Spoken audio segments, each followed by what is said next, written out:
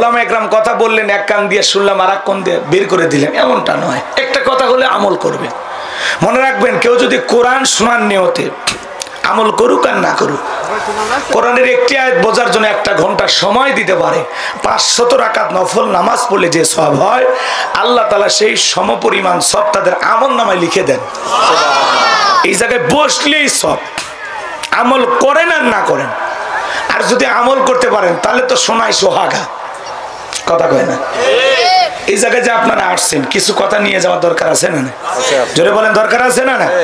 আল্লাহ রাব্বুল আলামিন বলেন, আল্লাযীনা ইয়াসতামিউনাল কাওলা ফায়াত্তাবিউনা আহসানাহু উলাইকাল্লাযীনা হাদাহুমুল্লাহু ওয়া উলাইকা হুম উলুল আলবাব। সূরা জুমার আয়াত নাম্বার 18 আল্লাহ রাব্বুল আলামিন জানিয়ে দিলেন, মনোযোগ সহকারে কোরআনের কথাগুলো শ্রবণ করো। এখান থেকে যেটা উত্তম কথা, ভালো কথা, সেইটা নিজের জিন্দেগিতে গ্রহণ করো। যদি তোমরা গ্রহণ করতে পারো, আল্লাহ তাআলা বলেন, এখান থেকে যারা উত্তমটা ভালোটা গ্রহণ করবে, উলাইকাল্লাযীনা হাদাহুমুল্লাহু, আমি আল্লাহ পাক তাদের জন্য হেদায়েতের রাস্তাটাকে সহজ করে দেব। ওয়া উলাইকা হুম উলুল আলবাব, তারাই কোরআন থেকে উপদেশ গ্রহণ করে যারা হলো বুদ্ধিমান। সুবহানাল্লাহ বলেন। আমি জানি ঝিনাইদহের মানুষ বুদ্ধিমান, তাহলে আজকে আমি যে আলোচনা করব এখান থেকে একটি কথা হলেও গ্রহণ করবেন তো ইনশাআল্লাহ। যুবক যারা আসছো বাবা, নিরাশ হয় না, তোমরাও যুবক আমিও যুবক, তোমাদের দুঃখটাকে আমি বুঝি। তোমাদের জন্য স্পেশাল কিছু আলোচনা আমার মাথার মেমোরিতে সেভ করা আছে, আমি সময় মতো ডাউনলোড দিয়ে শোনায় দিই। মা বোন যারা বসে আছেন, মা আপনারাও নিরাশ হবেন না, কারণ মা বোনেরা যদি পরিবর্তন হয় পুরো দেশ পরিবর্তন হয়ে যাবে। কথা বলেন ঠিক কিনা? মা বোনেরা ঠিক, পুরো সংসারটাই ঠিক। কথা কন ঠিক কিনা? আর ঘর ঠিক মানে দুনিয়ার সব জায়গায় শান্তি পাবেন। কথা কন, রাগ করতেছেন আপনারা? এই জন্য মা বোনদের জন্য কিছু স্পেশাল আলোচনা করার দরকার আছে না? নাই। গতকালকে আমাদের উপদেষ্টার মধ্যে একজন ভদ্র মহিলা দায়িত্ব পেয়েছেন। তিনি বলতেছেন, ওয়াজের নামে এমন কিছু কথা আমরা শুনতে পাই যেটা নারীদেরকে অপমান করা হয়। তা আমরা বলতে চাই, বিগত বছরে অনেকেই কিন্তু ওয়াজের বিরুদ্ধে, কোরআনের মাহফিলের বিরুদ্ধে উল্টাপাল্টা মন্তব্য করেছিল। বিদায় যা বলবেন একটু বুঝে শুনে বলেন। আপনাদের তো ক্ষমতা কিছু দিনের জন্য, আর আপনি একজন মা, নিজেকে যদি মুসলমান দাবি করেন, আপনি আল্লাহর বিধান ফরজ পর্দা মানার দরকার আছে না নাই? এই জন্য আমরা পর্দার ওয়াজ করি। নারীদেরকে আমরা কখনো অপমানজনক কখনো মন্তব্য করি না, কারণ আমরা জানি প্রত্যেকটা নারী আমাদের মায়ের মতো, আমাদের বোনের মতো, আমাদের মেয়ের মতো। কথা বলে ঠিক। আর ইসলাম নারীকে সবচাইতে বেশি মর্যাদা দিয়েছে। কথা বলে ঠিক। বিধায় আপনার কাছ থেকে শিখতে হবে না। আপনি আলেমদের ওয়াজ ভুলতে যান না, তাহলে আপনাকে আগে আলেম হওয়া লাগবে। কথা কোন ঠিক কিনা? ইউটিউব ইন্টারনেটে ওয়াজ ছড়াও, ইউটিউব ইন্টারনেটে অশ্লীল গান, নাটক, সিনেমা ছড়ানো হয়, সেগুলোর বিরুদ্ধে আপনাদের কথা নাই। হ্যাঁ, দেশে একজন অ্যাডভোকেটকে, জ্যান্ত মানুষটাকে কুপাইয়া জবাই করে হত্যা করা হলো, এগুলো নিয়ে বিচার করেন। দেশে বিভিন্ন জায়গায় ডাকাতির ঘটনা ঘটতেছে, সেগুলোর বিচার করেন। যারা মাঝে মাঝে মাথা চারা দিয়ে মিছিল মিটিং করে, বিভিন্ন কথা বলে, ওদেরকে ধরেন। আলেমদেরকে নিয়ে আপনাদের চিন্তা করতে হবে না। এদেশের ওলামা ইকরাম সবচাইতে ভদ্র মানুষ। কথা বলে ঠিক কিনা? ওয়াজ মাহফিলে কি বলা লাগবে আপনি শিখাবেন। কথা কন না কেন? আপনারা শিখাবেন? তাহলে এত বছর মাদ্রাসায় পড়ে আমরা কি শিখলাম? আর যদি আমাদের ভুল ধরে, আমাদের মুরব্বী আছে, ওলামা ইকরাম আছে, তারা ভুল ধরবে, আপনাদের ভুল ধরা লাগবে না। আর আমরা কোন নারীদের বিরুদ্ধে কথা বলি? যে নারীরা এদেশে অশ্লীলতাকে প্রমোট করে, আমরা তাদের বিরুদ্ধে কথা বলি, তাদেরকে সংশোধন করার উদ্দেশ্যে কথা বলি। আমরা কোনো নারীকে গালি দেই না, কারণ আমাদের ঘরেও নারী আছে। কথা কন না কেন? নারীদেরকে কিভাবে সম্মান করতে হবে সেই ব্যবহার আপনি শিখাবেন। আমরা মা বোনদেরকে মাথায় তুলে রাখি। বাংলাদেশের কোন হুজুর বউকে পিটায় না। কথা কন। কোন আলেমের স্ত্রী বেপরদায় চলে না, কোন হুজুরের মেয়ে বেপরদায় চলাফেরা করে না। আমরা পর্দার ওয়াজ করি। আল্লাহ বলেন, ওয়াকরনা ফি বুয়ুতিকুন্না ওয়ালা তাবাররাজনা তাবাররুজাল জাহিলিয়াতিল উলা নারীরা তোমরা ঘরের ভিতরে অবস্থান করো, খবরদার জাহিলিয়াতের যুগের মেয়েদের মতো নোংরা অশ্লীল পোশাক পরে নিজেকে প্রদর্শন করো না। আল্লাহর বিধান, আল্লাহর ফরজ বিধান, নারীরা পর্দা করবে, এটা নফল না ফরজ? আল্লাহর এই বিধান লঙ্ঘন করলে আপনি তো অসম্মান হবেন। সেই কথাটাই আমরা বলি, কোন নারী যদি ঢিলা ঢালা বোরকা পরে হাত মুজে পা মুজে লাগাইয়া রাস্তাতে হেঁটে যায়, শ্রদ্ধার সম্মানে মাথাটা নত হয়ে আসে। আর কোন সম্ভ্রান্ত ভদ্র ফ্যামিলির মেয়ে বোরকা ছাড়া বাহিরে যেতে পারে? আমরা পর্দার ওয়াজ করি মা, পর্দার ওয়াজ। কারণ একটা নারী কতটা দামি আপনি তো বুঝবেন না। একটা মা সন্তান জন্ম দেয়, সেই মাটা যদি ভালো হয় সন্তানটা ভালো হবে। এই জন্য আমরা ওয়াজি বলি, ক্ষেত ভালো তো ফসল ভালো, মা ভালো তো সন্তান ভালো। আমাকে একটা শিক্ষিত মা দাও, আমি একটা শিক্ষিত জাতি উপহার দেব। কথা বলে ঠিক? আমরা নারীদেরকে যথেষ্ট সম্মান করি এবং সম্মান করবই ইনশাআল্লাহ। নারীর মর্যাদা সবচেয়ে বেশি ইসলাম দিয়েছে, আল্লাহ রসুল দিয়েছেন। কথা বলে ঠিক কিনা? জাহিলিয়াতের যুগে যে নারীকে জ্যান্ত পুঁতে ফেলা হতো, সেই নারীকে গর্ত থেকে তুলে মেয়ের মর্যাদা, স্ত্রীর মর্যাদা, মায়ের মর্যাদা আল্লাহ দিয়েছেন, আল্লাহ রসুল দিয়েছেন। কথা বলে ঠিক কিনা? আর আপনি আমাদেরকে শেখাবেন। যেই দায়িত্ব দেওয়া হয়েছে ওই দায়িত্ব সঠিকভাবে পালন করেন। কথা কন বাপরে বাবা। হ্যাঁ, গতকালকে যমুনা টেলিভিশনে নিউজ দেখছেন না? মাথায় খেলেন। নিজেদের দায়িত্ব পালন করেন, এদিক ওদিক বাড়তি কোনো কথা বলবেন না, ঠিক আছে? আপনারা নারী জাতি দায়িত্ব পেয়েছেন, দায়িত্ব পালন করেন। নারীরাও দায়িত্ব পালন করবে, তবে অবশ্যই আল্লাহর ফরজ বিধান পর্দা মাইনা। কথা বলি ঠিক? এটা আমাদের বলার দায়িত্ব। এখন পর্দা করা না করা, মানা না মানা, সেটা আপনার ব্যক্তিগত ইচ্ছা। আমরা তো কাউকে জোর করে বোরকা পরাইতে পারবো না, পারবো কি? আল্লাহ কি বলেন? নবী আপনার কাজ হলো মানুষকে উপদেশ দেওয়া, কাউকে জোর করে লাঠি চার্জ করে পিটাইয়া ইসলামের দিকে আনার দরকার নাই। কথা কি বোঝা গেল? তো আমাদের দায়িত্ব হলো মানুষকে বলা, এই এতটুকুই আমরা পালন করি। এখন মানা না মানা আপনাদের বিষয়। নিজেকে মুসলিম দাবি করলে অবশ্যই একটা নারীকে বোরকা পরে পর্দা করে সমাজে চলতে হবে। কথা বলে ঠিক না? আর কেউ যদি বলেন আমি পর্দা করব না, সে ফরজ বিধান লঙ্ঘন করলো, সে গুনাহগার হয়ে গেল। বেপর্দায় চলার কারণে আসমান জমিনের মালিক আল্লাহ তাআলা পরকালে ফয়সালা করে তাকে জাহান্নামে দিতে পারে। কথা বলে ঠিক কিনা? কারণ অধিকাংশ নারী জাহান্নামে যাবে বেপর্দায় চলার কারণে। আল্লাহ আমার যে সমস্ত মা বর্তমানে উপদেষ্টার দায়িত্ব পালন করতেছেন, আল্লাহ যেন তাদেরকেও হেদায়েতের পথে কবুল করে। একটু জোরে বলেন না আমিন। আচ্ছা, আমি কথা বলে কি অপরাধ করলাম? এই প্রতিবাদ আমাদের করার দরকার আছে না নাই? না হলে আরো বেশি বলবো, উনিও বলবে আমরাও বলবো, বলতে বলতে সমাধান হবে। উনিও বলেছেন আমি আলেমদেরকে নিয়ে ডায়লগ করব।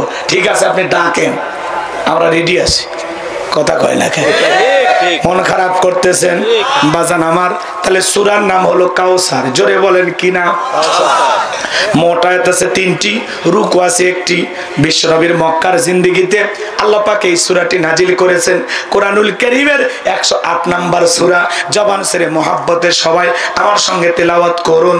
আউযু বিল্লাহি মিনাশ শাইতানির রাজিম। বিসমিল্লাহির রাহমানির রহিম। বিতাড়িত মুরদাদ শয়তানের কাছ থেকে আল্লাহ পাকের কাছে আশ্রয় প্রার্থনা চাচ্ছি। পরম করুণাময় সীম দয়ালু আল্লাহ তাআলার নামে শুরু করছি। আমরা যে কোনো কাজ শুরু করব কার নামে? আর আল্লাহর নামে কাজ শুরু করলে কল্যাণ আছে না নাই? আছে না নাই? তাহলে সূরার নাম কাউসার। জোরে বলেন কি নাম? কাউসার। ওই যে এর আগে ভুলে গেলেন, তাহলে একটু জোরে বলেন সূরার নাম কাউসার। আরো জোরে। কাউসার। এ জোরে হলো না? কাউসার। একটু অভ্যাস করে নেন মিছিল করার, সামনে তো মিছিল করা লাগবে। বিগত 16 বছর চিল্লাইতে পারেন নাই। আমরা ছোটবেলায় মিছিল করতাম বিস্কুট খাওয়ার জন্য। বিস্কুট খাই রে, কথা কয় না কেন? আপনারা করছেন কিনা জানি না, আমি করছি। বাপরে বাপ, মার কারে মার কা। মরকা ছিল না? আমার ভাই তোমার ভাই, আমার ভাই তোমার ভাই, বল্টু ভাই বল্টু ভাই। তো যাই হোক, ওইদিকে যাবো না, পরে কথা বলতেছে, কষ্ট হয়। তাহলে সবাই একটু জবান ছেড়ে, এই সূরাটি সকলের মুখস্থ আছে না? ছোট্ট বাচ্চা কিন্তু বলতে পারবে, ওই ছেলেও জানে, জানে না বাবা? সূরা কাউসার সবাই তেলাওয়াত করুন। ইন্না আ'তাইনাকাল কাউসার ফাসাল্লি লিরাব্বিকা ওয়ানহার ইন্না শানিয়াকা হুয়াল আবতার। আল্লাহু আকবার। কোনো আওয়াজ বাড়ে না কেন? ব্যাপারটা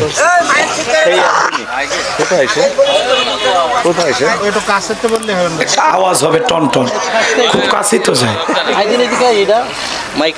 আমার ভাইয়েরা, যে কোন আয়াত বা সূরার তাফসীর করতে হলে কোন প্রেক্ষাপটে কোন সময় আল্লাহ তাআলা সেই সূরাটি বা আয়াতটি নাজিল করেছেন তার হাবিবের উপরে, সেই নাজিলের প্রেক্ষাপট জানার দরকার আছে না নাই? আরবিতে বলা হয় শানে নজুল। যদি শানে নজুল আলোচনা করা হয় তাহলে তাফসীর বুঝতে সহজ হয়।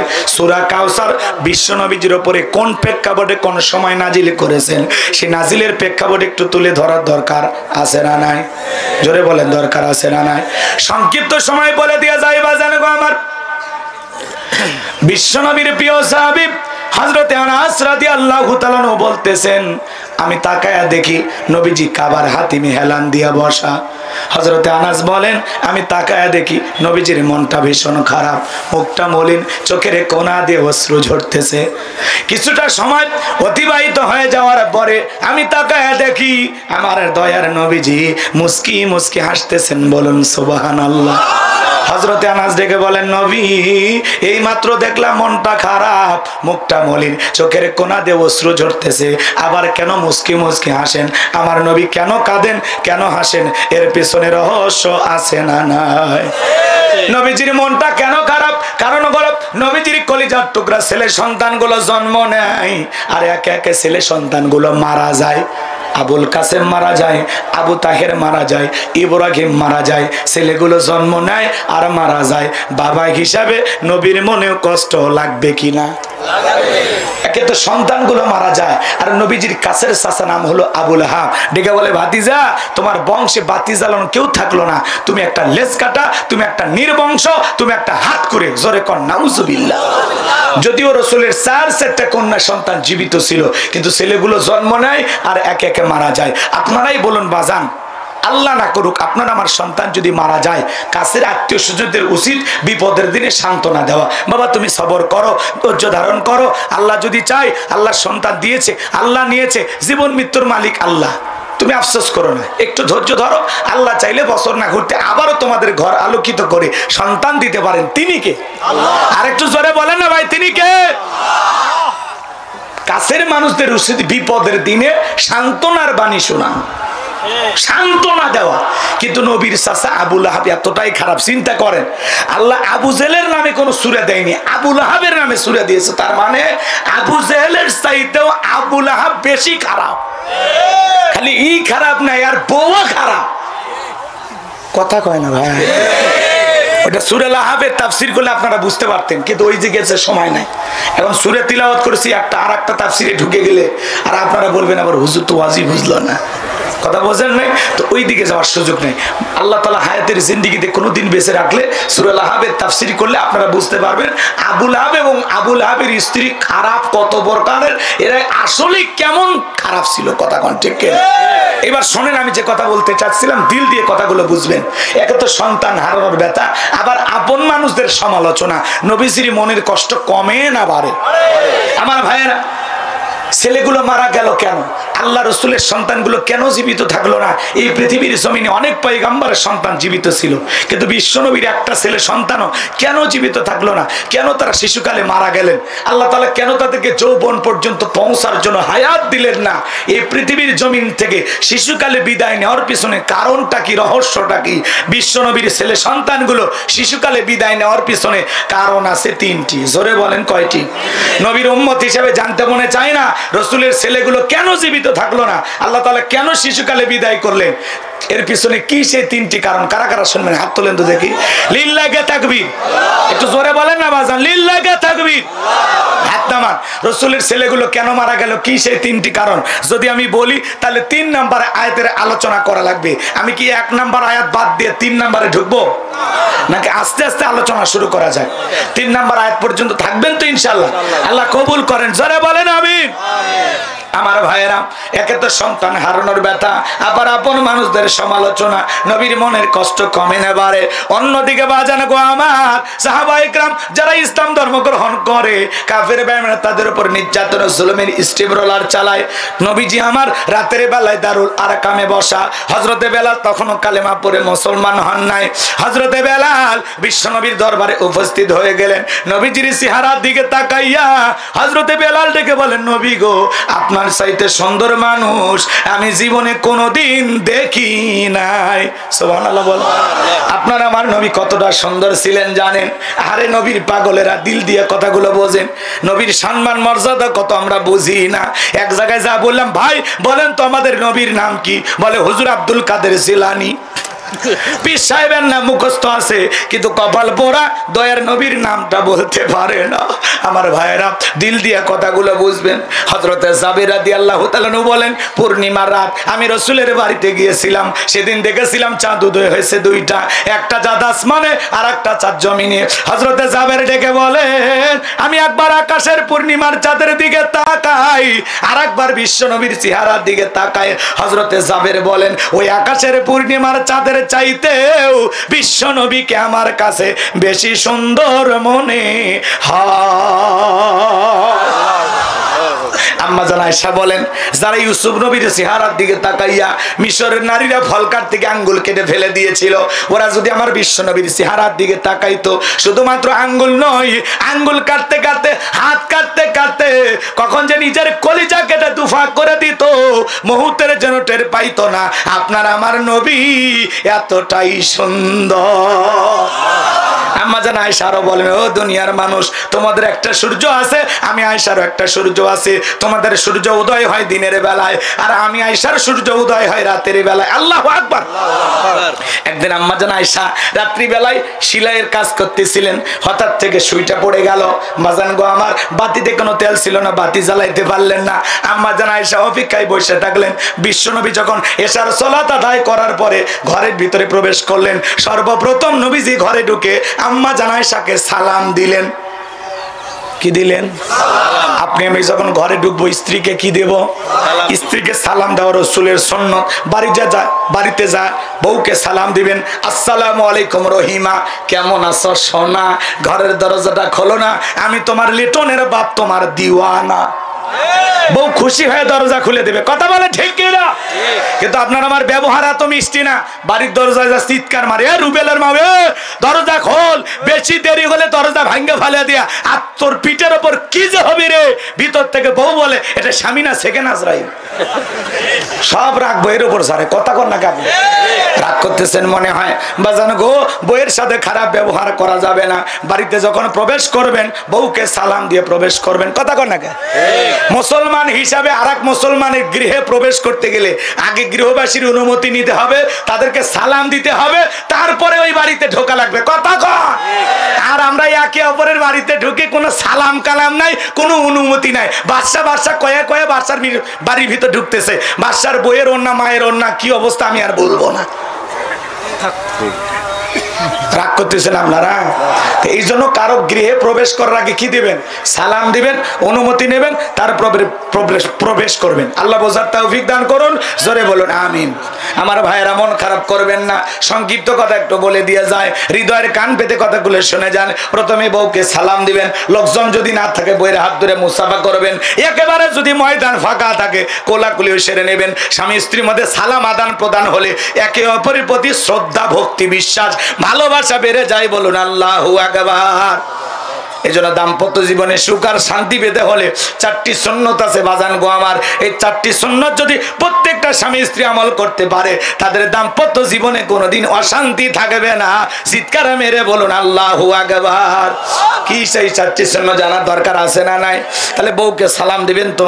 অনেকে বলতেছেন হুজুর বউকে সালাম দিতে কি আমার শরম লাগে। যারা বলবে শরম লাগে, এটা শরম না, এটা শয়তানি।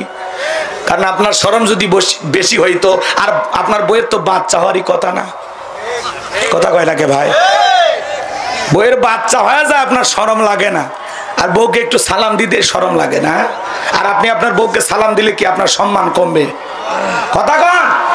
স্বামী স্ত্রীর মধ্যে সালাম আদান প্রদান হলে সংসারে শান্তি আসে। কথা কন। সালাম আছে যেখানে শান্তি আছে, সালাম আছে যেখানে সমাধানও আছে। বড় বড় ঝামেলা একটা সালামের মাধ্যমে হাত ধরে সমাধান হয়, হয় না ভাই? মিথ্যা কথা না, না, লম্বা করার সুযোগ নাই।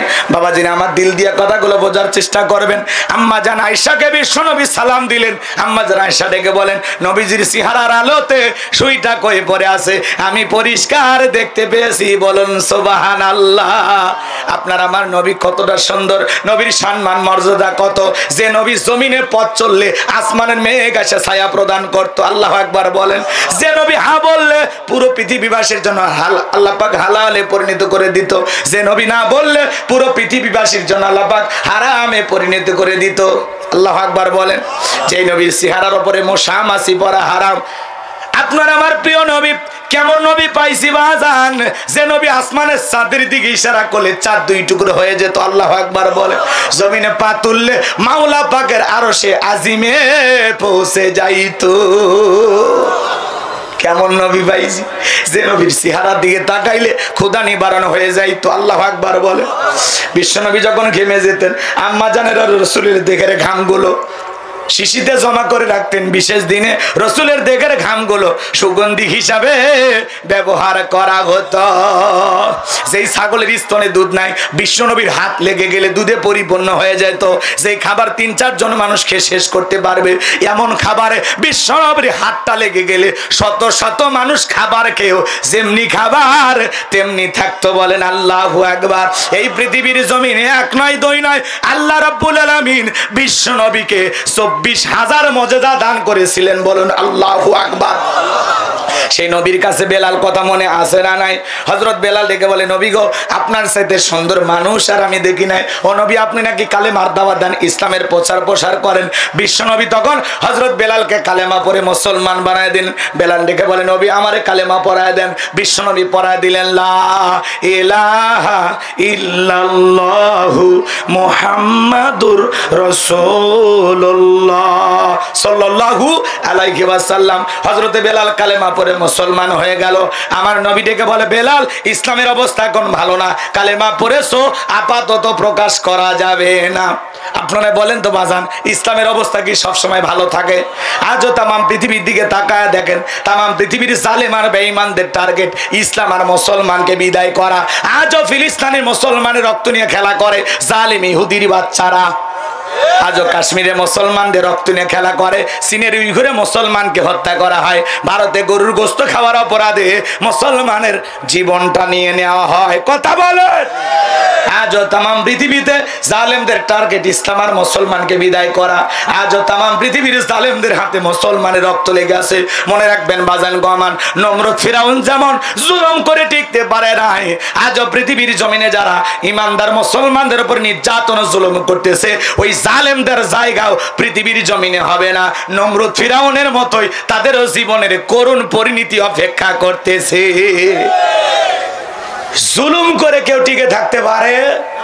জোরে বলেন পারে? পারে না। আপনারাই দেখলেন না তাকায়া যারা মুসলমান রক্ত নিয়ে খেলা করেছে, এতিম বাচ্চাদেরকে হত্যা করেছে, আলেমদেরকে লাঞ্ছিত করেছে, ওরা আজকে আছে? জোরে বলেন আছে? বড় বড় কথা বলতো পালাবো না, পালিয়ে যায়নি। আমরা চাইছিলাম পদত্যাগ। আল্লাহ বলে কিসের পদত্যাগ? এরা যে অপরাধ করেছে শুধু পদত্যাগ না, আমি আল্লাহ এদেরকে দেশ ত্যাগ করতে বাধ্য করব, এদেরকে আমি গর্তে ঢুকাইতে বাধ্য করব। কথা বলে ঠিক না? পাশের দেশে রাগ করে অভিমান করে চলে গেছে, 45 মিনিট সময় পাইছিল। কথা কোন ঠিক কিনা? আবার মাঝে মাঝে অডিও কল রেকর্ড ফাঁস হয়, বলে দেশের খুব কাছে আছি, চট করে ঢুকবো। আপনি ঢুকবেন তাহলে গেলেন কে? কথা কোন নাকি আপনারা রাগ করতেছেন? আর আপনি আসেন, এদেশের 18 কোটি মানুষের 36 কোটি চোখ তাকায় আছে। কথা কোন ঠিক কিনা? আপনি আসেন, এই দেশ আপনার বাবার, এই দেশ আপনার স্বামী, কেন অভিমান করে চলে গেলেন? আপনি আসেন। কথা কোন ঠিক কিনা? বুবু আইবা তুমি আইবা গো, সেই দিন আইসা বুবু ক্ষমতা পাইবা না। বলবো নাকি রাগ করেন? বলবো। বুবু আইবা তুমি আইবা গো, সেই দিন আইসা বুবু ক্ষমতা পাইবা না। খোঁজ নাই বুবু কাদের কাকার, অবস্থা খারাপ দরবেশ বাবার, হাও নাঙ্কেল এখন সামনেও আসে না। খোঁজ নাই বুবু কাদের কাকার, অবস্থা খারাপ দরবেশ বাবার, হাও নাঙ্কেল এখন সামনেও আসে না। নেতা কর্মী সব জেলের ভিতর, আমি আসি ডরের ওপর, কখন জানি আসে গ্রেফতারি পরোয়ানা। বুবু আইবা তুমি আইবা গো, সেই দিন আইসা বুবু ক্ষমতা পাইবা না। কথা বলে ঠিক কিনা? ক্ষমতার চেয়ার থেকে নামা সহজ, কিন্তু চেয়ারে ওটা কঠিন। কথা বলে ঠিক কিনা? কিন্তু আমার ভাইয়ের, আমাদেরকে সিদ্ধান্ত নিতে হবে। আমেরিকা তাদের 47তম প্রেসিডেন্ট বানাইলেন ডোনাল্ড ট্রাম্পকে, তার সাথে প্রতিদ্বন্দ্বিতা করেছিল, তার বিরোধী দল ছিল কমলা হ্যারিস। তারা আমেরিকা দেখেন ভিতরে ভিতরে কত সেনা, ওরা কোন নারীকে তাদের প্রেসিডেন্ট বানায় না। কথা বলেন, আজও পর্যন্ত হয়নি। আমরা আগামীতে সিদ্ধান্ত নেব, বাংলাদেশ আর যাই হোক, কোন নারীকে আমরা প্রধানমন্ত্রী বানাবো না। কারা কারা চান আগামীতে বাংলাদেশে পুরুষ প্রধানমন্ত্রী? দুই হাত তুলে দেখান। লিল্লাহে তাকবীর, লিল্লাহে তাকবীর। নারীদের দেখা শেষ, আগামীতে পুরুষদের বাংলাদেশ। হ্যাঁ, ওদের রাগ বেশি, জেদ বেশি। দেখেন না মাঝে মাঝে ঘরে ঝগড়া লাগে, হাড়ি পাতিল সব ভেঙে ফেলে দেয়। মাঝে মাঝে বাড়ি ঘরে ঝগড়া লাগে, স্বামীকে আছাড় মারে। মেয়েদের জেদ বেশি, রাগ বেশি, অভিমান বেশি। শান্তির জায়গা পেলে জীবন যাবে, ওই জায়গা ছাড়বে না। কথা কন। আর মেয়েরা যদি জেদ করে, রাগ করে, ঘরে যদি আগুন লাগাইতে পারে, বোঝেন নাই, ঘরে যদি আগুন লাগাইতে পারে, ওরা রাগ করে জেদ করে পুরো দেশের জনগণের মনের ভিতরে আগুন লাগাই দেবে। এই জন্য একটু সিদ্ধান্ত নিন, একটু পরিবর্তন হন। ঠিক আছে তো ইনশাআল্লাহ? নারী নেতৃত্ব অনেক দেখেছেন, এখন পুরুষের নেতৃত্ব দেখা লাগবে। কথা কোন ঠিক কিনা? আর পুরুষ মানুষের অত রাগ জেদ নাই। পুরুষ মানুষকে পিটাইলেও আলহামদুলিল্লাহ, আর ওরা পিটাইলে ওইটা মনে রাখে, 32 বছর বড় হলো ওইটা প্রতিশোধ নেবে। কথা কয় না? কথা কয় না? এই জন্য বাজান গো আমার, ওদের দেখা শেষ, সামনেতে পুরুষের বাংলাদেশ। কথা বলে ঠিক কিনা? আমার ভাইয়ারা, যে কথা আমি বলতে যাচ্ছিলাম, মন খারাপ করবেন না, অনেক লম্বা হয়ে যাবে, লম্বা করার সুযোগ নাই, দিনের বেলায় সময় কম, সংক্ষিপ্ত কথা বলে দিয়ে যায়। আমার ভাইয়েরা, বিশ্বনবী ডেকে বলে, বেলাল কালেমা পড়েছো, আপাতত প্রকাশ করা যাবে না। হযরত বেলাল ডেকে বলে, নবী আমার জীবনের কোনো দাম নাই, আমার মনি বোমাকে বলেছিলাম উর্দুম্বা ছাগল পেশাব পায়খানা করে দেয়, এই ঘরে থাকতে আমার বড় কষ্ট হয়। ওমায় ডেকে বলে, বেলাল উর্দুম্বা ছাগলের দাম আর আমার কাছে আছে, কিন্তু তোর মতো কালো হাফসি বেলালের দাম আমার কাছে নাই। জোরে কর নাউজুবিল্লাহ। নবী গো, আমার জীবনের কোনো দাম নাই, আপনি শুধু আমাকে দোয়া করে দেন, মৃত্যু পর্যন্ত যেন কালেমার পথে টিকে থাকতে পারি। এই কথা বলে হযরত বেলাল চলে গেলেন। পরের দিন সকালবেলা সূর্য উদয় হয়ে গেছে, অনেকটা বেলা হয়ে গেছে। বেলাল দরজা খোলে না। অন্যান্য চাকর যারা আছে নালিশ নিয়ে চলে গেছে ওমায়ের কাছে, যায় বলে, নেতা এখন পর্যন্ত বেলাল দরজা খোলে নাই, তাই নাকি? বলে, হ্যাঁ ঠিক আছে চলো যাই। দরজায় ডাক দেয়, বেলাল দরজা খোলো। হযরতে বেলাল দরজা খোলে না, জোরে করে ধাক্কা মারছে, দরজা খুলে গেছে। এইবার ওমায়া তাকায় দেখে, যেই রাত্রিতে হযরত বেলাল কালেমা পড়ে মুসলমান হয়েছে, ওই রাত্রিতে একটা উর্দুম্বা ছাগলের কাছে কোনো পেশাব পায়খানা নাই। জোরে কোন মারহাবা। আমার ভাইয়েরা, এইবার ওমায় ডেকে বলে, এসা করে দল, বেলালের বিরুদ্ধে মিথ্যা অভিযোগ দাও। তোমরা যখন ঘুমাচ্ছিলে, বেলাল তখন ময়লা আবর্জনা পরিষ্কার করেছে, যাও নিজেদের কাজ করো। ওদেরকে তাড়িয়ে দিয়া এক পা দুপা করে বেলালের কাছে চলে গেলেন। হালকা করে বেলালকে ধাক্কা মারছে, যখন জবান দিয়ে কালেমার আওয়াজ বের হয়েছে, তখন এইবার ওমায় ডেকে বলে, বেলাল রে, তোর জবান দিয়ে কি শুনলাম, তুমি কি মুসলমান হয়েছো? হযরতে বেলাল দেখে বলে, মুসলমান হয় যারা মিথ্যা কথা বলতে পারে না তারা, ওয়াকুলু কওলান সাদ সাদিদা। মুসলমানেরা হবে সত্যবাদী। হযরত বেলাল ডেকে বলেন, গতকাল রাত্রিতে আমি নবীজির হাতে হাত রেখে কালেমা পড়ে মুসলমান হয়েছি। এই কথা শোনার পরে উমাইয়া ডেকে বলে, বেলাল উর্দুম্বা ছাগলের মালিক বানায় দেব, থাকার জন্য ভালো করে ব্যবস্থা করে দেব। হযরতে বেলাল ডেকে বলে, উমাইয়া রে, ও উমাইয়া আমার মনিব, দুনিয়ার কোন পার্থিব সম্পদের বিনিময়ে বেলাল তার ঈমানটাকে বিক্রি করবে না। চিৎকার মেরে বলুন আল্লাহু আকবার। এবার উমাইয়া ডেকে বলে, আমার কথা না শুনলে বড় নেতা আবু জেলকে খবর দেব। হযরতে বেলাল ডেকে বলে, কোন বড় নেতা ছোট নেতা এখন কাউকে গোনার টাইম নাই। আমি দুনিয়ার কোন আবু জেলকে ভয় করি না, আমি ভয় করি আমার আল্লাহকে। এইবার বাজান গো আমার, উমাইয়া দৌড়ে চলে গেছে আবু জেলের বাড়িতে, যা বলে, নেতার সংবাদ খুব খারাপ, আমার বাড়ির কৃতদাস বেলাল কালেমা পড়ে মুসলমান হয়েছে। তাই নাকি? বলে, হ্যাঁ ঠিক আছে, যাও আমি আসতেছি। আবু জেলের একটা বিশেষ বাহিনী ছিল যাদের কাজই হলো মুসলমানদের উপর নির্যাতন জুলুম চালানো। আজও পৃথিবীর দিকে তাকায় দেখেন, জালেমদের বিশেষ একটা বাহিনী থাকে যাদের কাজই হলো টুপিওয়ালা দাড়িওয়ালা ইমানদার আলেমদের উপরে নির্যাতন জুলুম চালানো। ওদের একটা গোপন বাহিনী থাকে। কথা বলে রাগ করবেন না বাজান গো আমার। কি অপরাধ, কি অপরাধ, কি অপরাধ মসজিদের ইমাম মুয়াজ্জিমের, কথা কন না কেন? কি অপরাধ দেশের আলেমদেরকে, কেন তাদেরকে এইভাবে জেলখানায় নিয়ে যাওয়া হয়তো? তার মানে বুঝতে পারেন না, আলেমেরা মিষ্টি মিষ্টি কথা বলতো, তাদের কথা শুনে মানুষ পরিবর্তন হয়ে যেত, লাখ লাখ মানুষ তাদের কথা শোনার জন্য যাইতো। এটা ওরা বুঝতে পারতো, যেভাবে আলেমদের জনপ্রিয়তা বাড়তেছে ভবিষ্যতে আমাদের চেয়ার থাকবে না। এই ভয়ে কাউকে জেলখানায়, কাউকে দেশের বাইরে পাঠায়। কথা কন ঠিক কি না? আমার ভাইয়েরা সংক্ষিপ্ত কথা বলে দিয়ে যায়। এইবার আবু জেহেল চলে আসলো, বেলালকে ডেকে বলে, বেলাল এইদিকে আসো, তোমার আমি পার্সোনাল ভাবে মোহাব্বত করি। বেলাল এসব কি শুনছি, তুমি নাকি মুসলমান হয়েছো? হযরত বেলাল ডেকে বলে, যা শুনেছেন সত্য, আমি গতকাল রাত্রিতে বিশ্বনবীর হাতে হাত রেখে কালেমা পড়ে মুসলমান হয়েছি। এইবার আবু জেহেল ডেকে বলে, বেলাল শোনো, আমি তোমাকে উর্দুম্বা ছাগলের মালিক বানায় দেব, থাকার জন্য ভালো ঘর বানায় দেব, ব্যবসা বাণিজ্য যদি করতে চাও দিরহাম টাকা পয়সা যা লাগে দেব। বেলাল তুমি চাইতে দেরি, তোমার সামনে হাজিরি করতে দেরি করা হবে না। হযরত বেলাল ডেকে বলে, আবু জেহেল রে, দুনিয়ার সব সম্পদ যদি দিতে চাও, দুনিয়ার সব সম্পদ ছাড়তে রাজি, কিন্তু বিশ্ব নবীর কালেমা ছাড়তে রাজি নাই। চিৎকারে মেরে বলুন আল্লাহু আকবার। বেলালের মতো যারা খাঁটি ইমানদার, এদেরকে টাকা দিয়ে কেনা যায় না, কিন্তু মুনাফিক মার্কা মুসলমান যারা টাকার কাছে বিক্রি হয়, তারা টাকা পাইলে ওরা বাতিলের পাছাটা গোলাম হয়। টাকা যেই দিকে ওদের ফতুয়া সেই দিকে, টাকার জোরে ওদের ফতুয়া ঘরে বৈধকে অবৈধ বলতো আর অবৈধকে বৈধ বলে চালিয়ে দিত। কথা বলেন ঠিক কিনা? আমার ভাইয়েরা, এক প্যাকেট বিরিয়ানি পাইলে কয়, ম্যাডাম আপনি জান্নাতি। এরকম হুজুর আছে না নাই?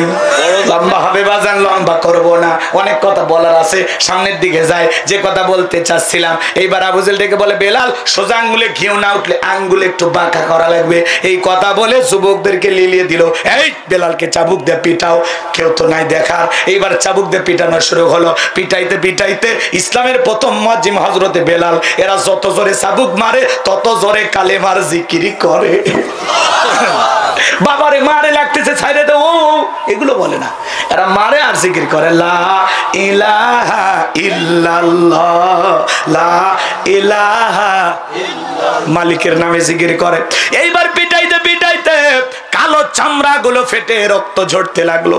আবু জেহেল থেকে বলে, বেলাল রে, তোরে চাবুক দিয়ে মারতে মারতে কালো চামড়া গুলো ফেটে রক্ত ঝরতেছে, তারপরে কি কালেমা ছাড়বি না? হযরত বেলাল থেকে বলে, আবু জেহেল রে, মারতে মারতে যদি মেরেও ফেলে দাও, জীবনটা দিতে রাজি, নবীজির কালেমা ছাড়তে রাজি না। এইবার আবু জেহেল ডেকে বলে, এই যুবকের দল, বেলালের পায়ে রশি লাগাও। আমার ভাইয়েরা, হযরত বেলালের পায়ে রশি লাগাইয়া উটের পায়ের সাথে বেঁধে আরবের উত্তপ্ত গরম বালিতে শেষরায় শেষরেনা ঘোরা হলো। আরবের বালিগুলো এত গরম, চাল দিলে মুড়ি হয়ে যাইতো। বাবলা গাছের কাটাগুলো জিব্বার ভিতরে পেরেকের মতো মারা হলো।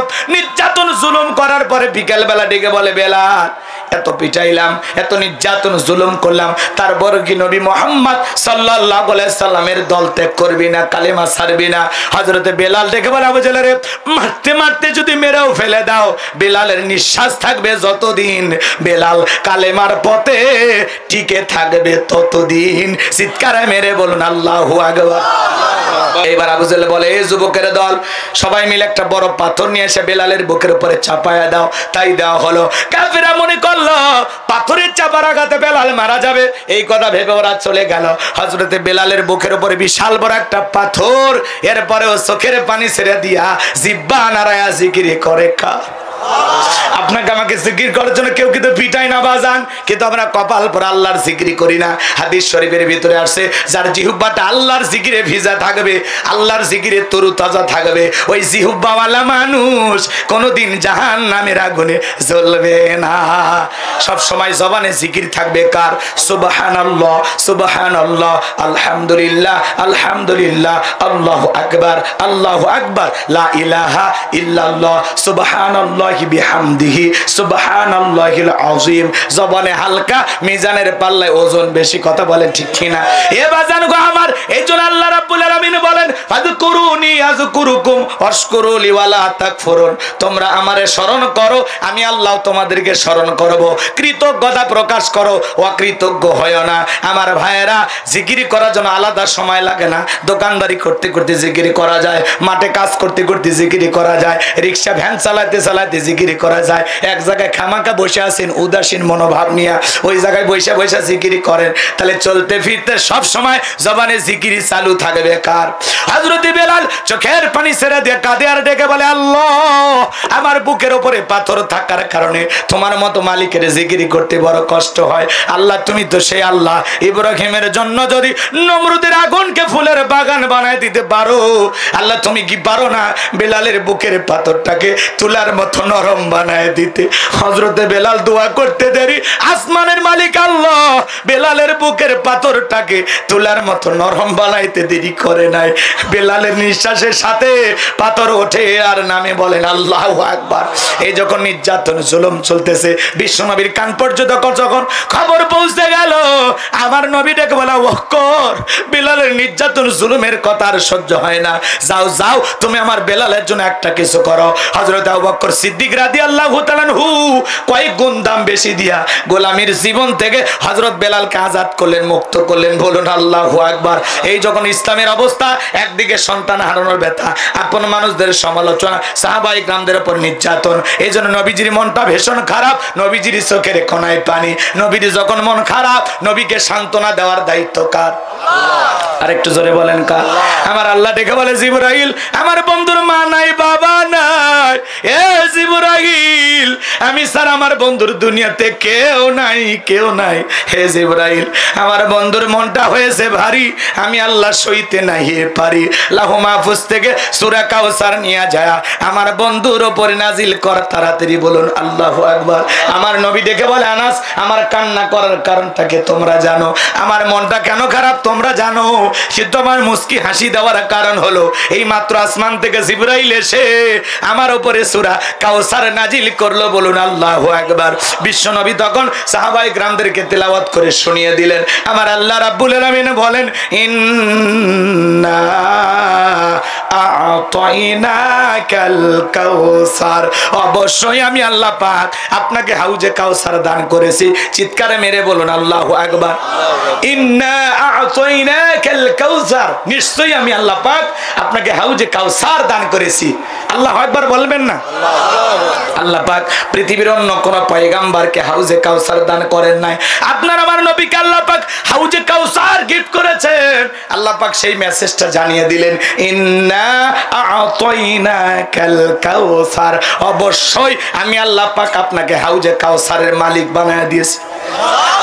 এই হাউজে কাউসারের পানি মধুর চাইতে মিষ্টি, দুধের মতো সাদা, পানির চাইতে ক্লিয়ার। ওই কঠিন কিয়ামতের ময়দানে যেদিন বিচার দিবস কায়েম হয়ে যাবে, বিচার দিবসের একদিন হবে 50,000 বছরের সমান। যেদিন মানুষের জিহ্বা ঝুলে আসবে কুকুরের মতো নাভি পর্যন্ত, যেদিন জমিন হবে তামার জমিন, সূর্যটা হাত মাথার উপরে চলে আসবে, পাহাড় পর্বত নদী নালা খালবিল গাছ গোছালি কোনো কিছু থাকবে না। কুল্লু মান আলাইহা ফান, পৃথিবীতে যা কিছু দেখতেছেন সব সবকিছু আল্লাহ তাআলা ধ্বংস করে দিবেন বাজার। ওই কঠিন কিয়ামতের ময়দানে যেদিন মা তার সন্তানের পরিচয় দেবে না, স্বামী স্ত্রীর পরিচয় দিবে না, ভাই ভাইয়ের পরিচয় দিবে না, ওই কঠিন কিয়ামতের ময়দানে আল্লাহর আরশের ছায়া ছাড়া আর কোনো ছায়া থাকবে না।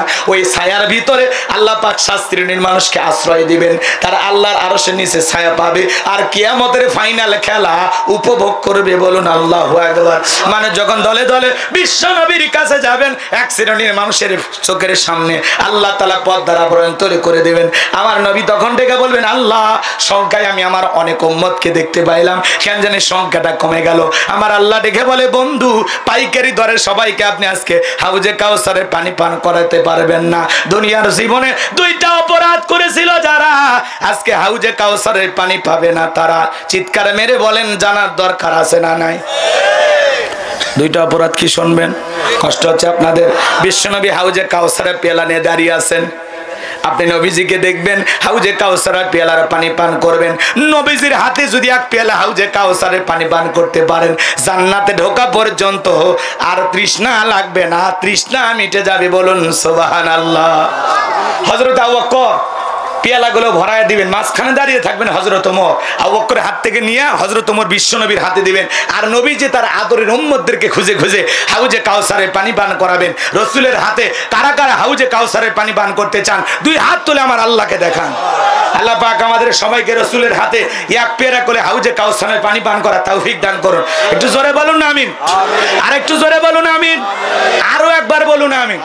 আল্লাহ আমাদের সবাইকে কিয়ামতের ময়দানে নবীজির হাতে এক পেয়ালা করে হাউজে কাউসারের পানি পান করার সেই সৌভাগ্য আল্লাহ যেন আমাদেরকে দান করেন। এবার হাউজে কাউসারের পানি চাইলেন আর পাইলেন, অত সহজ, একটু কষ্ট করা লাগবে না? কথা বলে না কেন? আমি আপনাদের এলাকায় আসলাম, একটা ছেলের হাতে কিছু চকলেট দিলাম, দিয়ে বললাম, বাবা আমার জন্য এক বদা পানি নিয়ে আসো, একটু উজু বানাবো। চকলেট পায়, ছেলেটা মারছে দৌড়, মাঝখানে আসার খেয়ে পুড়িয়ে গেছে, হাঁটু ছিলে গেছে, রক্ত বের হয়েছে। কিন্তু চকলেট থাকার কারণে উঠে দাঁড়ায়া বদনা ভৈরা পানি নিয়ে আমার সামনে হাজির। আমি তখন বললাম, বাবা এই পানিটার দিকে তোমার কষ্ট হচ্ছে, মাঝপথে আসার খায় পুড়িয়ে গেছো, হাঁটুটাও ছিলে গেছে, রক্ত মনে বেরিয়েছে, ব্যথাও পাইছো। চকলেট থাকার খুশির কারণে ছেলে বলতেছে, আমি এরকম কত পড়ে যাই, আমার কিছুই হয় না। ওই ছেলেটা যেরকম চকলেট থাকার আনন্দে কিছুই মনে হয় না, কিয়ামতের ময়দানে নবীজির হাতে এক পেয়ালা হাউজে কাউসারের পানি আর আল্লাহর আরশের নিচে ছায়া যদি ভাগ্যে জুটে যায়, কিয়ামতের কঠিন দিন আপনার কাছে কঠিন মনে হবে না, আল্লাহ সহজ করে দেবেন। এটা জোরে বলেন না সুবহানাল্লাহ।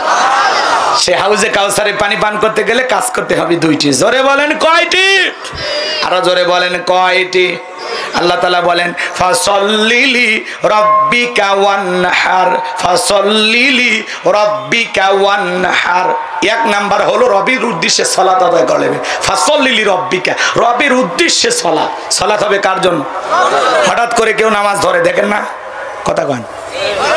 পুরাতন মুসল্লি যারা নিয়মিত নামাজ পড়ে, ওরা আবার দেখে বাপরে বাপ সূর্য এবার কোন দিকে উঠছে, উত্তরপাড়া বাদশাহ দিকে মসজিদে নামাজ পড়বে না, 2 দিন পর আবার মসজিদে আসবে না। এই যে ঠাট্টা বিদ্রুপ করেন, এটা করা যাবে না। আপনি তো দাওয়াত দিয়ে 5 জনকে মসজিদে আনতে পারেন না। কোনো এক ভাই হঠাৎ করে নামাজ পড়তে আসছে, তার নিয়ে কেন সমালোচনা, তার নিয়ে কেন ঠাট্টা বিদ্রুপ? আপনি আরো দোয়া করেন, ভাই তুমি যে মসজিদে আসছো নামাজ পড়ার জন্য, দেখে দিলটা ভরে গেছে, আল্লাহর কাছে দোয়া করি আল্লাহ যেন মৃত্যু পর্যন্ত তোমাকে সিজদা দেওয়ার তৌফিক দান করেন। কথা বলে ঠিক কিনা? আপনি দোয়া করবেন। আপনি টিটকারি মারেন কে? হ্যাঁ, নামাজ ঠিকঠাক পড়বো না, 2 দিন পর আবার ছাইরে দিব, এরকম বলে কিনা? যুবক বয়সে দাঁড়িয়ে রাখছে, এটা নিয়ে সমালোচনা করে, ঠাট্টা করে না। এই বয়সে বুড়ের ভেজ ধরছো। আমাদের আঞ্চলিক ভাষায় আমি বলতেছি, কষ্ট হয় নাকি আপনার? বুড়ের ভেজ ধরছো মানে বোঝেন, মানে বুড়া সাজছে। হ্যাঁ, এই যুবক বয়সে তুমি বুড়ে সাজছো, ব্যাপারটা কি? রাগ করতেছেন আপনারা? যুবক বয়সে দাঁড়িয়ে রেখে বউ নিয়ে ঘুরতে গেছে, তখন বলে ভাবি আসসালামু আলাইকুম, সাথে চাচার খবর কি? বউ বাড়ি দেশে রাগ করে, তোমার সাথে বাইরে যাওয়া যায় না, আমারে ডাকে ভাবি আর তোমার ডাকে চাচা। যেই বউ রসুলের সুন্নত দাড়িকে মহব্বত করে না, এই বউ আপনাকে 100% ভালোবাসা দিতে পারে না। কথা বলেন ঠিক কিনা? রাগ করতেছেন? বউ দাড়ি পছন্দ করে না, ওটা বউ নাকি? রাগ করেন না, রাগ করেন না।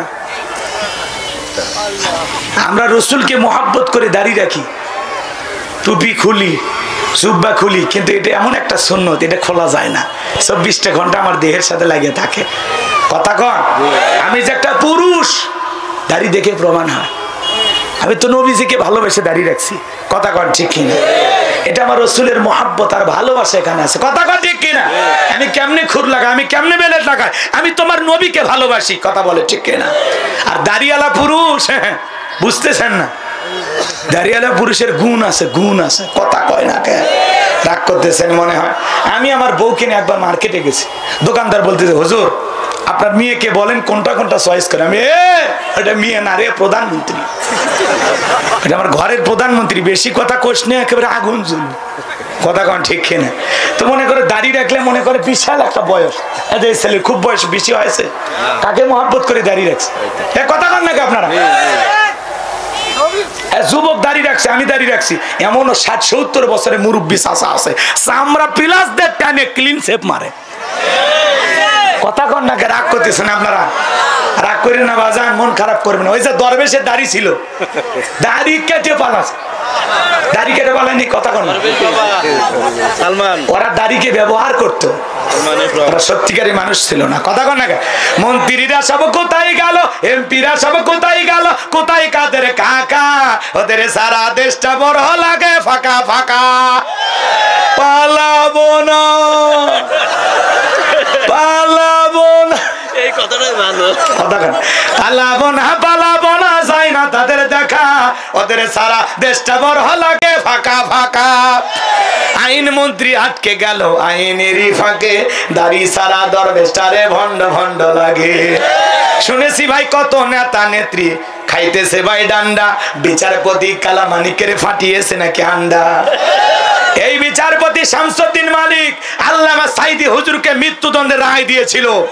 আমরা বলতে চাই, যারা ট্রাইব্যুনাল গঠন করেছিল আজকে তারা ওই একই ট্রাইব্যুনালে মামলার আসামি। ওই বিচারপতি মালিকেরও মৃত্যুদণ্ডের রায় চায়। এই বিচারপতি মালিক 116 জন আলেমের তালিকা করে দুদকের কাছে জমা দিয়েছিল। আমার মতো গাইবান্ধার বক্তার রোল নাম্বার ছিল 23। আপনারা চেনেন না, ওরা ঠিকই চেনে। কথা কন নাকি আপনারা? আলেমদের তালিকা করেছিল, আমরা তালিকা করার আগে ওরা ভিতরে ঢুকছে। কথা কন ঠিক কিনা? পলকের ঝলক গেল, পলকের ঝলক গেল থামিয়ে নেটের চাকা, ওদের সারা দেশটা বড় লাগে ফাঁকা ফাঁকা। কোথায় গেল সংসদেতে মমতাজের গান, কোথায় গেল হযরত বলা স্বামী ওসমান। মাইক পেলে বলতো খেলা হবে, খেলা হবে। আজকে মাঠ পরে আছে, কিন্তু শামীম ওসমানের মতো খেলোয়াড় নাই। আপনি আসেন, কথা কন না কে? সংসদে পবিত্র জায়গায়, সে জায়গায় মমতাজের গান শোনা লাগতো। হ্যাঁ, প্রধানমন্ত্রী গান কইয়া কি মহাব্বতের গান। কথা কন না কেন? সংসদ ভবন গান গাওয়ার জায়গা নাকি জনগণের দুঃখ দুর্দশা তুলে ধরা জায়গা? কথা বলে ঠিক কিনা? মানবতার কল্যাণে, মানুষের কল্যাণে, দেশের উন্নয়নে কি কাজ করা যায় সেটা তুলে ধরা লাগে। ওদেরকে 5 মিনিট সময় দিলে গান গায়, গান শুনে ভালো লাগে, বলে হ্যাঁ স্পিকার বলে আরেকবার চান্স নেন, আরেকটা গান। 3 গান গায়ে 15 মিনিট শেয়ার। ও আর কি বলবে? কথা কন না? হাসি তামাশার পাত্র বানাইছিল। আল্লাহ ওনাদের হেদায়েত দান করেছে না, ওদের ভাগ্যে হেদায়েত মনে হয় নাই, আর থাকলেও আল্লাহ জান দেয়। কথা কয় নাকি? রাগ করতেছেন? আমরা এখনো দোয়া করি ওদের জন্য। রাগ করতেছেন মনে হয়? এ বাজান, তাহলে হাউজে কাউসারের পানি পার করতে গেলে কাজ করতে হবে কয়টি? 2টি। আল্লাহ তাআলা বললেন ফাসাল্লি রাব্বিকা ওয়ানহার।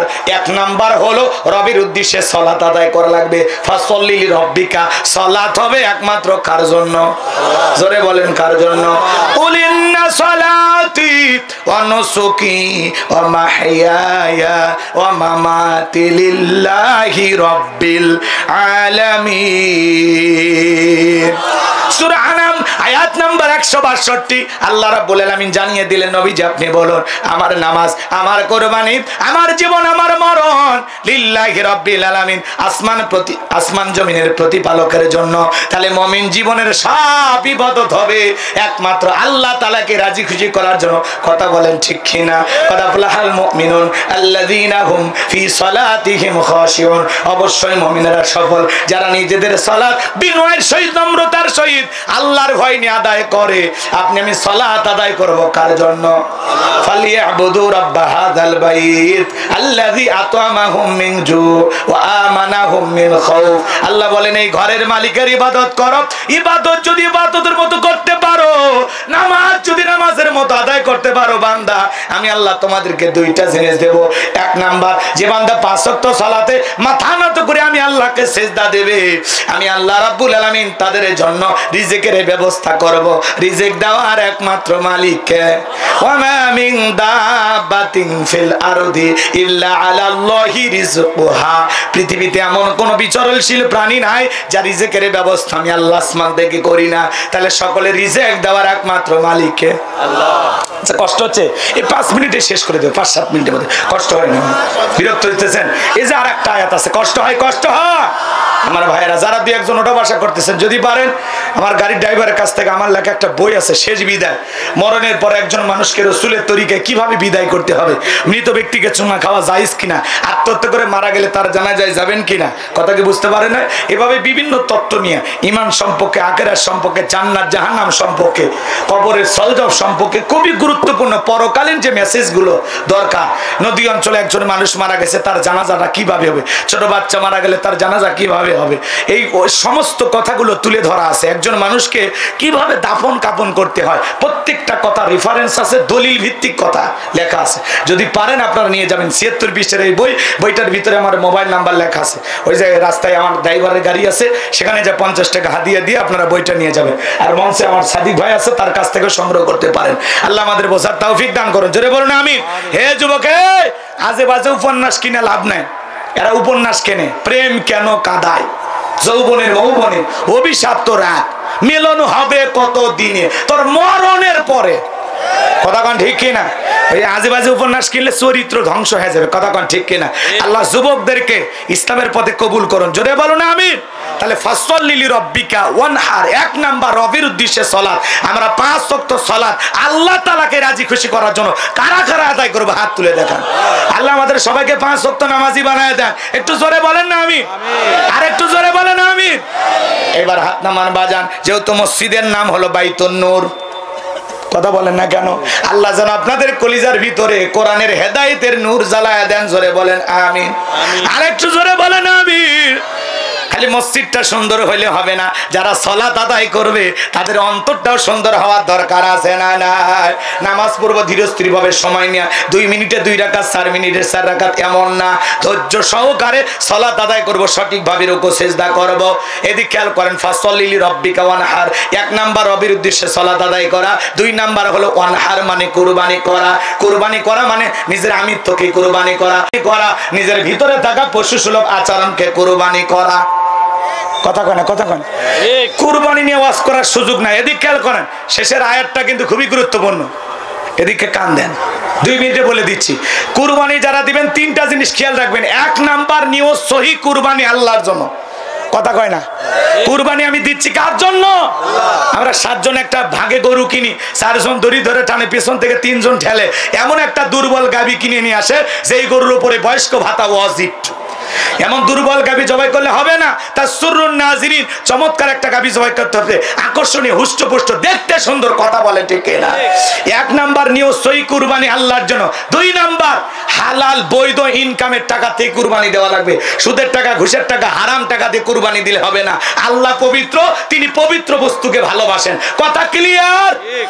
আর 3 নাম্বার ফাসল্লি লিরাব্বিকা ওয়ানহার, আগে নামাজ পড়ো তারপরে কুরবানি করো। আমরা নামাজি হয়ে কুরবানি পানি দেব। এইবার 3 নাম্বার আয়াত, ইন্না শানিয়া কাহুয়াল আবতার। আল্লাহু আকবার। আল্লাহ রাব্বুল আলামিন বলে, নবী গো, যারা আপনাকে লেসকারীর বংশ বলে নবী, আপনি মন খারাপ করবেন না গো নবী। ওই আবুল হাবুদ বা সাহেব আপনার সমালোচনা করে, ওদের নাম নেওয়ার মতো মানুষ দুনিয়াতে থাকবে না।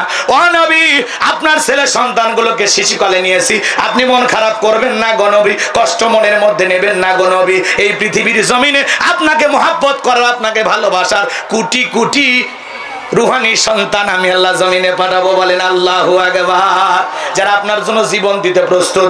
আজকে তামাম পৃথিবীর 700 কোটি মানুষ, এর মধ্যে 200 কোটি মুসলমান, আমরা সবাই রাসূলের রুহানি সন্তান। নবীজির অপমানে যদি না কাঁদে তোমার মন, মুসলিম নয় তুমি মুনাফিক, নবীজির দুশমন। ফ্রান্সের লোকেরা নবীজির কার্টুন বানায় প্রদর্শন করলো, তামাম পৃথিবীর মুসলমানেরা আন্দোলন করলো। এ ফ্রান্সের লোকেরা আরেকবার যদি নবীর নামে কার্টুন দেয়ালে ঝুলাও, তোমাদের খবর আছে, কার্টুন নাকটা ব্যাখ্যা করে কয়েকটা মুখে দাড়ি দিয়া বলে ইনি মোহাম্মদ, জোরে কর নাউজুবিল্লাহ। আমার নবী কি দেখতে কার্টুনের মতো? এই পৃথিবীর সবচাইতে সুন্দর মানুষটির নাম মুহাম্মদ রাসূলুল্লাহ সাল্লাল্লাহু আলাইহি সাল্লাম। আর মুহাম্মদ মানে প্রশংসিত, যেই নবীর চরিত্রের সার্টিফিকেট আল্লাহ দিয়া বলেন, ওয়া ইন্নাকা লাআলা খুলুকিন আযীম। নবী হলেন পুত পবিত্র মহান চরিত্রের অধিকারী। আজিম আরবিতে এমন একটি শব্দ যার গভীরতা মাপা যায় না। তাহলে নবীর চরিত্রের সার্টিফিকেট দিয়েছেন কে? আল্লাহ। যে নবী 63 বছরের জিন্দেগিতে একটি মিথ্যা কথা বলেননি, এমন বিশ্ব রেকর্ড পৃথিবীর আর কোন নেতার আছে? পৃথিবীর নেতারা তো সকালে মিথ্যা, বিকালে মিথ্যা, ভরা পেটে মিথ্যা, খালি পেটে মিথ্যা, ঘুমের যাওয়ার আগেও মিথ্যা, ঘুম থেকে উঠেও মিথ্যা। কথা কর না কা? আর আপনার আমার নবী 63 বছরের জিন্দেগিতে একটি মিথ্যা কথা বলেননি। সেই নবীকে নেতা মানতে রাজি কারা? হাত তোলে। লিল্লাহে তাকবীর। আমার নেতা তোমার নেতা, আল্লাহ কবুল করেন। জোরে বলেন আমিন। হাত নামান আমার ভাইয়েরা। সেই নবীকে উল্টা পাল্টা গালি দিত ফ্রান্সের লোকেরা। এবার পৃথিবীর 228টা রাষ্ট্র নিয়ে গবেষণা করা হলো, ফ্রান্সের লোকেরা কেন গালি দেয়। হিসাব নিকাশে বের হয়ে আসলো, ফ্রান্সের লোকেরা যে নারীরা ওই দেশে বসবাস করে, তার অধিকাংশ নারী বিয়ের আগে বাচ্চা জন্ম দেয়। তাহলে বৈধ না অবৈধ?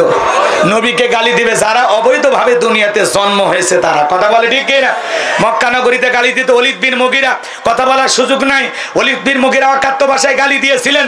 আল্লাহ পাক আয়াত নাজিল করে বলেন, উতুল্লিম বাদা যালিকা জানিম। নবীকেও এই ওলীদ বিন মুগীরা হলো পিতৃ পরিচয়হীন জারর সন্তান, এর জন্মে ঠিক নাই।